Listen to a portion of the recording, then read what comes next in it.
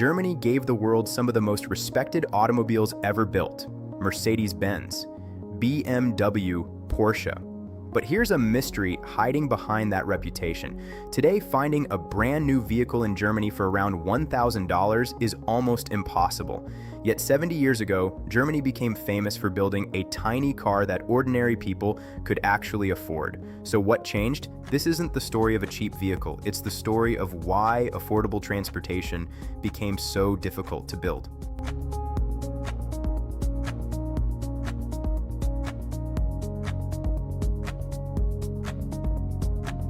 Germany once knew how to understand why a $1,000 vehicle feels almost impossible in Germany today.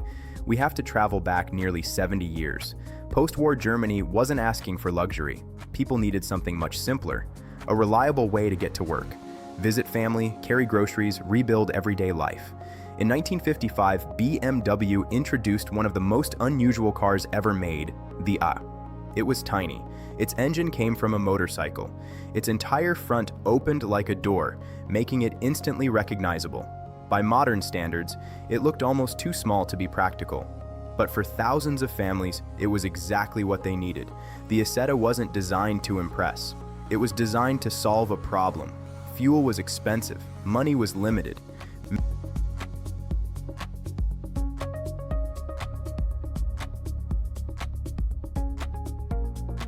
Many households simply couldn't afford a conventional automobile.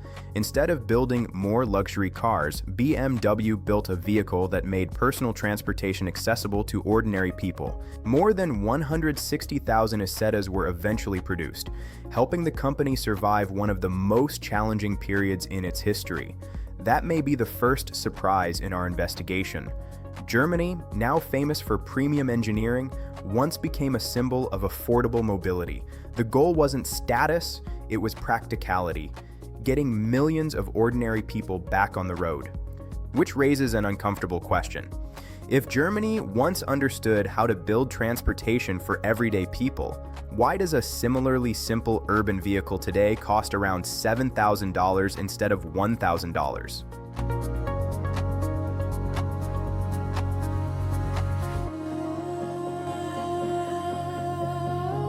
Germany still builds tiny vehicles. At first glance, it seems as though Germany never abandoned the idea of small cars. Vehicles like the Eco Engel still exist. They're compact, electric, built primarily for short trips around towns and cities. In many ways, they serve the same purpose the Isetta once did. The Eco Engel isn't designed for Germany's famous Autobahn. Its top speed is around 45 kilometers per hour. It's intended for local errands, short commutes, and everyday urban travel. Simple transportation for simple journeys. So the obvious question is this: if the mission is still so modest, why isn't the price? A vehicle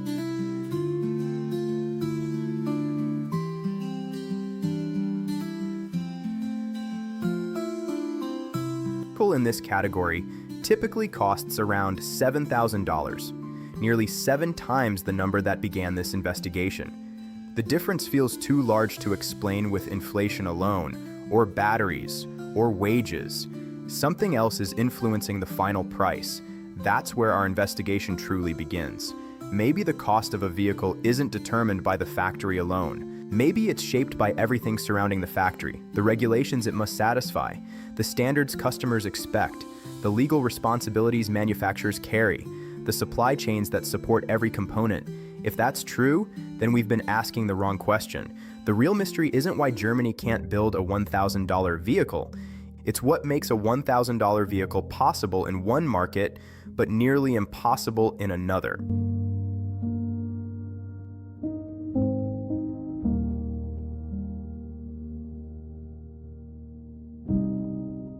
The $1,000 vehicle. So where does a vehicle priced at around $1,000 actually come from? To answer that question, we have to leave Germany behind for a moment, because the next piece of this puzzle wasn't designed for the same roads, or even the same expectations. One of the best-known examples is the Chang-Li, a low-speed electric vehicle that has attracted worldwide attention for its remarkably low advertised price under certain sales conditions. At first glance, it hardly looks like a conventional car. It's compact. Lightweight, simple. Everything about it appears to ask a different question.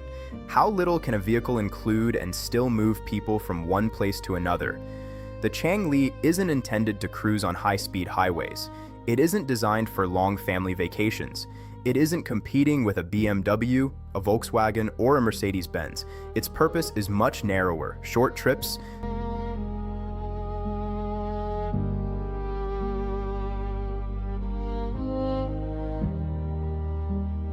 small towns, factory campuses, local deliveries. Daily transportation where speed matters less than affordability.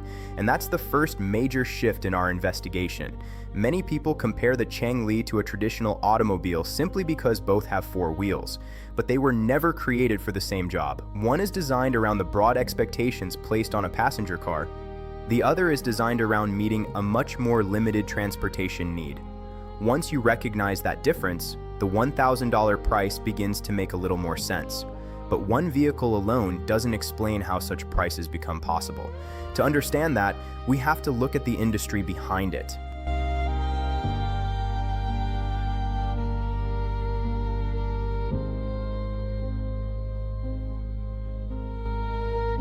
The world's largest low-speed vehicle industry. The Changli isn't an isolated experiment. It's part of a much larger ecosystem. An industry built around low-speed electric vehicles, often referred to as LSEVs.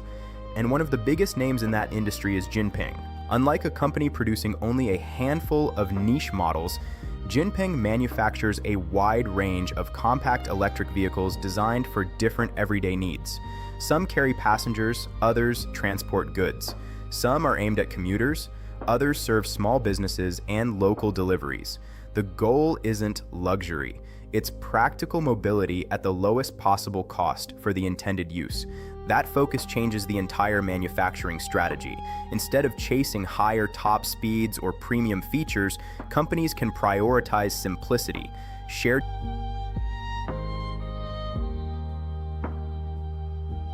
components, standardized designs, efficient production lines, large manufacturing volumes. Every decision is made with affordability in mind. Not because engineers know less, but because they're solving a different problem. This is where our investigation takes another step forward. The real story isn't about one inexpensive vehicle. It's about an ecosystem built to support inexpensive vehicles. Factories, suppliers, customers, infrastructure, all moving in the same direction, which leads to the biggest question yet. If entire industries can produce vehicles this way, what exactly determines the final price of a car in the first place?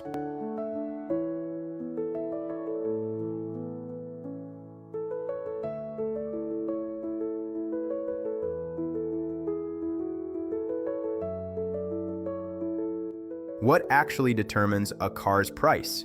Most people assume a car's price is determined by its materials. More steel means a higher price. A bigger battery means a higher price. More powerful motors cost more.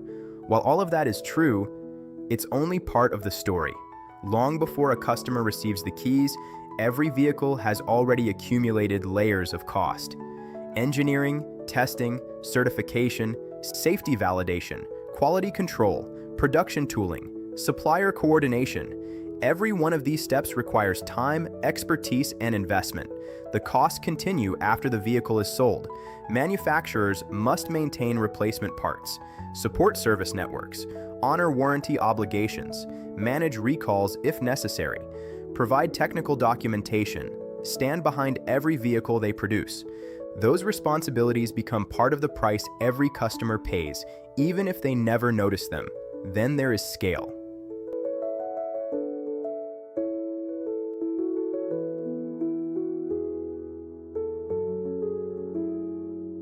Building 10,000 vehicles is very different from building 1 million. Higher production volumes can spread development costs across far more units. Shared platforms reduce manufacturing complexity. Established supply chains improve efficiency. Scale doesn't eliminate costs, but it changes how those costs are distributed. That's the second major belief shift in our investigation. A car isn't expensive simply because it's assembled from costly parts. Its price reflects the entire system behind it. The factory, the regulations, the supply chain, the legal responsibilities, the expectations of the people buying it. And once we understand that, Germany's higher prices begin to look far less mysterious.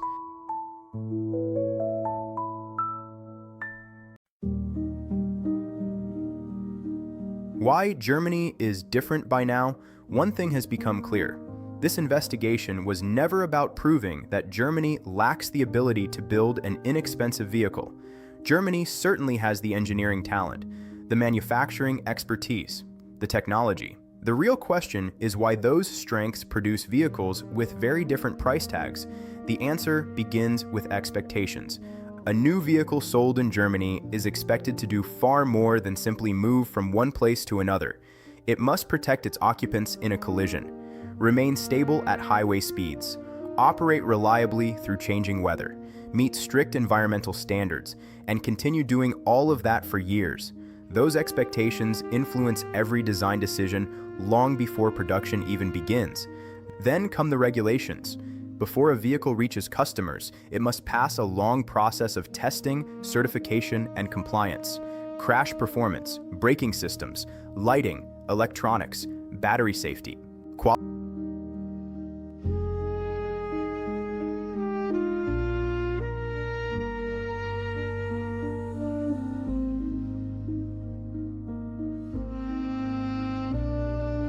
inspections. Each requirement exists for a reason. Each improves safety or reliability, but every additional requirement also demands more engineering, more testing, and more cost. Consumer expectations add another layer.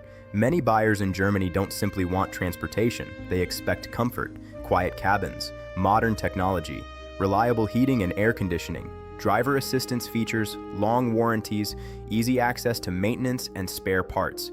These expectations have gradually become part of what defines a modern car.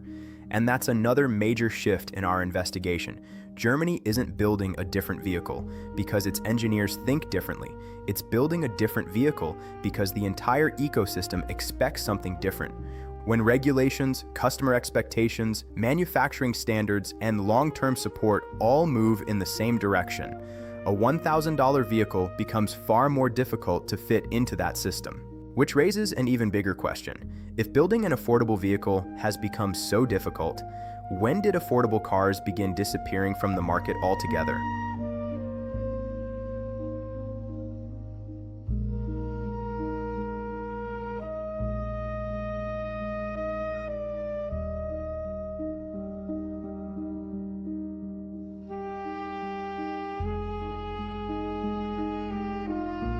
The affordable car disappeared. Not long ago, nearly every major automaker offered a truly basic model: small, simple, affordable. These cars weren't designed to impress anyone. They existed because millions of ordinary people simply needed dependable transportation. Over time, that market began to change. Customers asked for more comfort, more space, more technology. Governments introduced stricter safety and environmental requirements. Manufacturers added new features to remain competitive. One improvement followed another. Airbags, electronic stability control, advanced infotainment systems, driver assistance technologies, larger batteries for electric vehicles. Each innovation made cars better, but each one also made them more expensive. At the same time, consumer preferences shifted. Across many markets, buyers increasingly chose larger crossovers and SUVs. Smaller entry-level cars became less profitable. Some disappeared entirely. Others remained, but their prices steadily climbed. The affordable city car slowly gave way to vehicles that offered more capability but also carried much higher price tags. That doesn't mean progress was a mistake. Modern vehicles are safer than ever before, cleaner, more efficient, more durable. If given the choice, few people would want to give up those advances. The challenge is that every improvement adds another layer of complexity, and complexity almost always adds cost. That's the third and perhaps most important belief shift of this investigation. The problem isn't that manufacturers forgot how to build small cars. The problem is that building an affordable car inside an increasingly sophisticated system has become dramatically more difficult. Which brings us to the final question. If Germany wanted to build something close to a $1,000 vehicle again, what would actually have to change?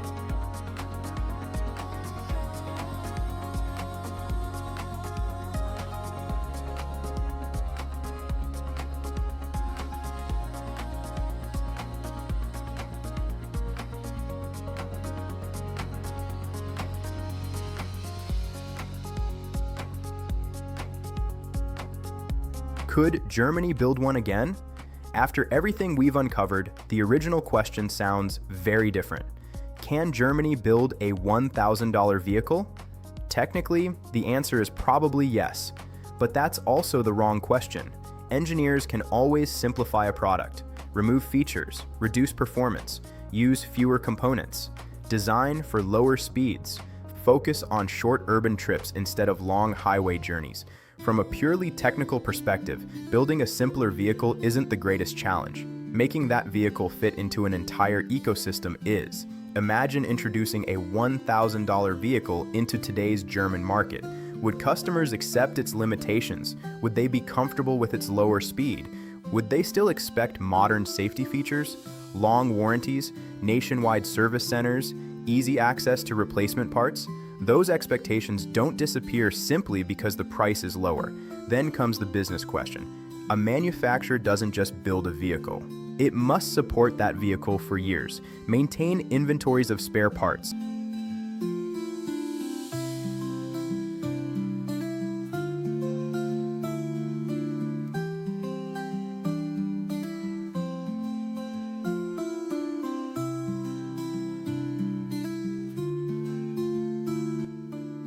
train technicians, honor warranty claims, issue software updates where necessary, respond to safety recalls.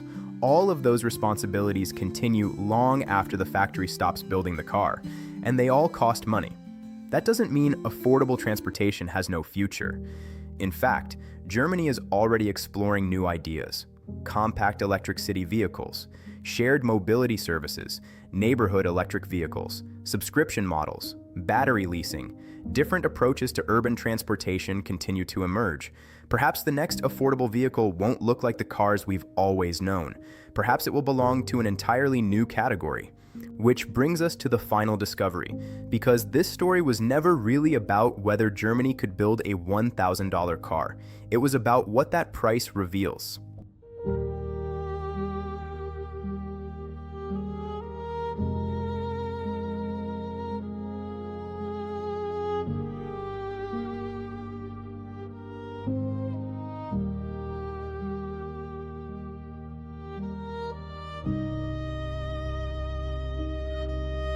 The $1,000 question, think back to where this investigation began. A vehicle selling for around $1,000. At first, it sounded almost impossible. Then we traveled back to 1955 when the BMW Isetta helped bring affordable mobility to post-war Germany. Next, we looked at the ECO angle, proving that tiny urban vehicles still exist, but at a price closer to $7,000. We then followed the trail to Changli and Jinpeng, where a completely different ecosystem makes extremely inexpensive vehicles possible under different conditions and expectations. Piece by piece, the mystery came into focus. The difference wasn't simply labor, it wasn't simply technology, it wasn't simply batteries. The real difference was the system, a system shaped by regulations, manufacturing economics, product liability, supply chains, production scale, consumer expectations, and decades of raising the standard of what a modern car should be.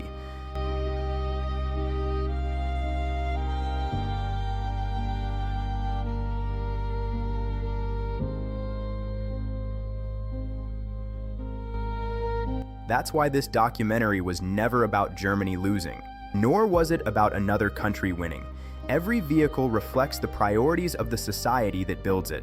Some systems prioritize the lowest possible cost. Others prioritize performance, durability, long-term ownership, and extensive safety standards. Neither approach exists in isolation. Each comes with trade-offs. And perhaps that's the biggest surprise of all. The hardest vehicle to build in today's automotive industry isn't a supercar. It isn't a luxury sedan. It isn't even a high-performance electric vehicle. The hardest vehicle